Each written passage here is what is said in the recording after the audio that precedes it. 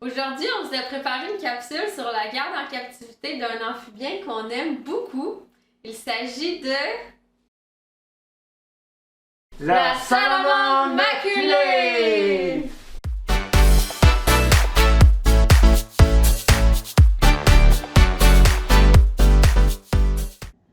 Donc, dans ce joli terrarium, on a notre salamandre maculée qu'on a trouvée au printemps dernier.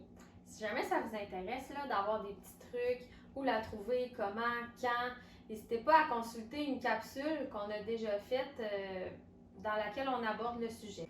Mais le terrarium, il y a certaines particularités. Jean-François va vous expliquer ça. Terrarium, pas besoin d'être très grand.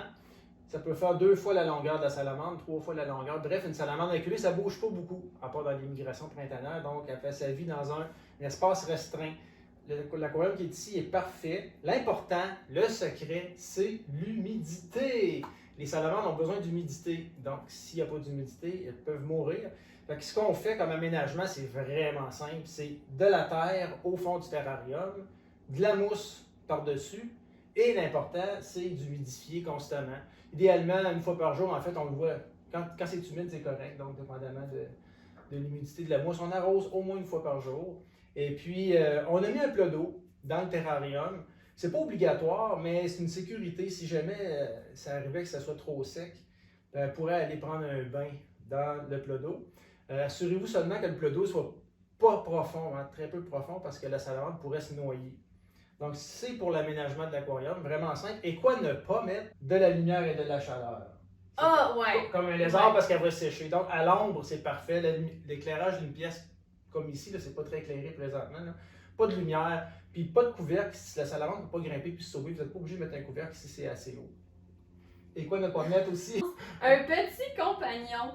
Parce que oui, des fois, ça peut être tentant de vouloir mettre un ami à notre salamandre, mais c'est pas très évolué comme animal. En fait, ça répond plutôt à ses instincts primaires. Donc, elle, quand elle veut manger, si c'est plus petit que sa taille, si ça rentre dans sa bouche, puis que ça bouge, elle va le manger. Donc, c'est peut-être pas une bonne idée d'y mettre une autre salamandre, surtout si elle est plus petite. Là. Si c'est la même taille, ben là, elle peut pas vraiment la manger. Mais ouais, fait que c'est à considérer quand même. En fait, au niveau de l'alimentation, c'est très peu sélectif. Comme Myriam disait, il faut que ça soit plus petit et que ça bouge. Non. Dans l'idéal, on met 2 verres de terre, des verres à farine. On les habitue, les salamandres s'habituent à un moment donné, ils viennent, qu'ils mangent dans nos mains ou presque. Là. On met le verre en avant de son nez, ça bouge. Puis là, elle le voit, elle s'approche tranquillement. Pas très habile, elle mord, souvent dans le vide, mais elle l'attrape, puis elle mange. Peut-être qu'au début, elle va être plus timide, donc vous allez être obligé de laisser les verres dans l'aquarium une journée ou deux avant qu'elle les mange. Elle va les manger tout seule, comme en nature. Sauf que, assurez-vous qu'elle les mange, hein, parce que si le verre meurt et se décompose dans l'aquarium, ça sent pas très bon. Non. En plus, c'est tellement humide à l'intérieur que c'est le party pour les moisissures. C'est ça. Puis vous faites ça avec les vers de terre, mais ne faites pas ça avec les verres à farine. Les verres à farine, quand c'est humide, ils meurent tout de suite. Oui. On a parlé que les salamandres, ils mangent un peu n'importe quoi. Là. Mais fait cocasse, ça peut arriver avec notre doigt. Moi, ça m'est déjà arrivé. Là. En fait, notre salamandre est rendue tellement habituée à notre présence que quand on arrive, elle sort de ses tunnels. Parce qu'elle s'est faite un espèce de réseau de tunnels souterrains. Puis là, elle sort la tête quand on approche de l'aquarium. Puis si on. Je sais pas si elle va le faire. Là. Si on met notre doigt proche de la salamandre, puis qu'on bouge notre doigt, elle vient de le faire. Ça fait un peu comme un ver de terre, puis elle le mange. C'est vraiment cocasse, mais sachez que ça fait vraiment pas mal. Pourquoi? Parce que la salamandre, elle a pas des dents, des vraies dents, là. C'est plus des petites bosses, des petites rugosités, puis ça fait vraiment pas mal, mais vraiment, vraiment pas mal. Ce n'est que pour tenir les proies. Ouais, c'est ça. Fait qu'il y a aucun problème, la belle petite salamandre, on peut la prendre. En fait, pour la manipulation, c'est les mêmes règles que pour les amphibiens. Là. C'est d'avoir les mains humides parce que ces animaux-là n'aiment pas la sécheresse. Et aussi, la salamandre maculée, elle, son moyen de défense, c'est des toxines. Donc, se laver les mains, pas se frotter les yeux ou la bouche parce que les yeux, ça chauffe. Hein? Les règles de base. Et si vous la prenez par la queue, il n'y a pas de problème pour.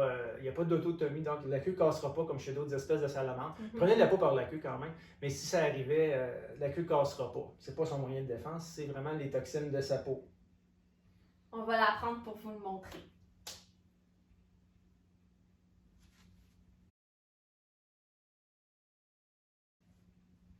Donc, on voit que c'est un animal qui ne bouge pas beaucoup, qui n'est pas nerveux. Enfin, en fait, elle n'a pas de griffes, comme Myriam disait, même si elle est morte, ça fait pas mal. Tous des critères qui font en sorte que c'est vraiment le fun d'en avoir à la maison. Seule chose, il faut savoir que c'est un animal qui vit longtemps. Donc, on parle peut-être une quinzaine d'années environ. Oui, c'est ça, 10-15 ans, des fois plus. Ouais. Donc, vous pouvez la garder quand même assez longtemps. Oh, elle a baillé!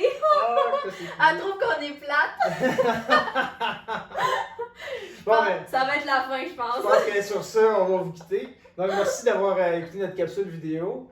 Et puis, on vous invite à vous abonner à notre chaîne, à laisser vos commentaires et à nous suivre dans nos aventures. N'hésitez pas à poser des questions, là, si vous n'êtes pas certain, là, si le plat d'eau est trop profond, pas assez, peu importe. Ou juste de nous envoyer des photos de vos arrangements, de vos terrariums, des salamandres que vous trouvez. Nous, on est super contents, là, ça met du soleil dans notre journée.